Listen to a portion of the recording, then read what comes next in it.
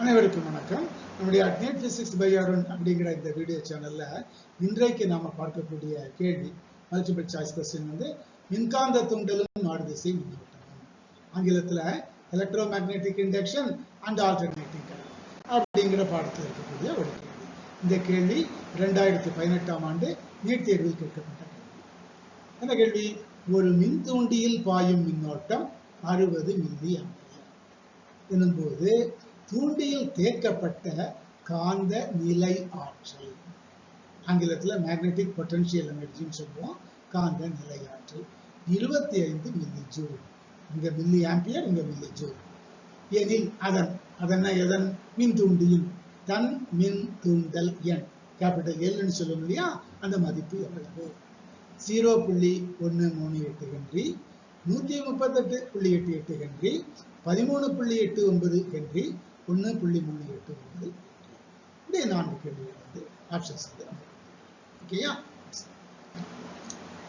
எது சரியான விடை அப்படிங்கிறத நம்ம பார்க்க போறோம்.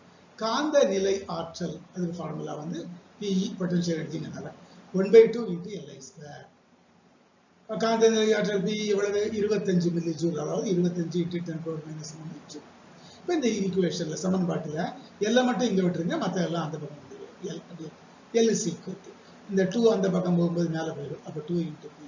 இந்த I அந்த பக்கம் போகும், I² அந்த பக்கம் போகும்போது கீழே வருது I². அப்போ I மின் தூண்டியல் மின்னோட்டம் 60 மில்லி ஆம்பியர், அதுவும் 60 × 10⁻³. இப்போ சமன்பாடு 1 மதிப்பு L is equal to பிரதியிடலாம். L is equal to 2 × P, 2 × 25 × 10⁻³ I² 60 × 10⁻³ whole square. சரியா?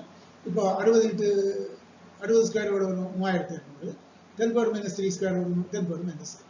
இப்போ 50 × 10⁻³ டிவைடட் பை 3200 × 10⁻³. வேற பார்த்தீங்கன்னா இந்த சைவரை கொஞ்சம் கொஞ்சமா அந்த டெசிமல் பிளேஸ் வச்சோன்னு வச்சுக்கோங்க. இங்கே வச்சா 10⁻⁵, இன்னும் ஒரு ஸ்தானம் தள்ளுனா -4, இன்னும் ஒரு ஸ்தானம் தள்ளுனா -3. அதாவது கரெக்டா சொல்ல போனா 3.6 × 10⁻⁻3. அதாவது மேல நியூமரேட்டர்ல 50 × 10⁻⁻3, டினாமினேட்டர்ல 3.6 × 10⁻⁻3. அப்ப 10⁻⁻3 மேலையும் இருக்குது கீழையும் இருக்குது அடிச்சிடலாம். 50 டிவைடட் பை 3.6.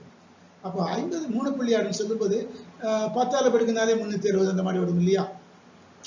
3.6 × 10னா 36 வரும் இல்லையா? சரி, அங்க மேல என்ன இருக்கு? 50. அப்ப அந்த 10 கொஞ்சம் கூட தான்.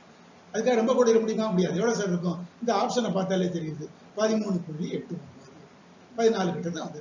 ஸோ 0.13 × 10⁻³ 13.9 ஹென்றி என்பது சரியான.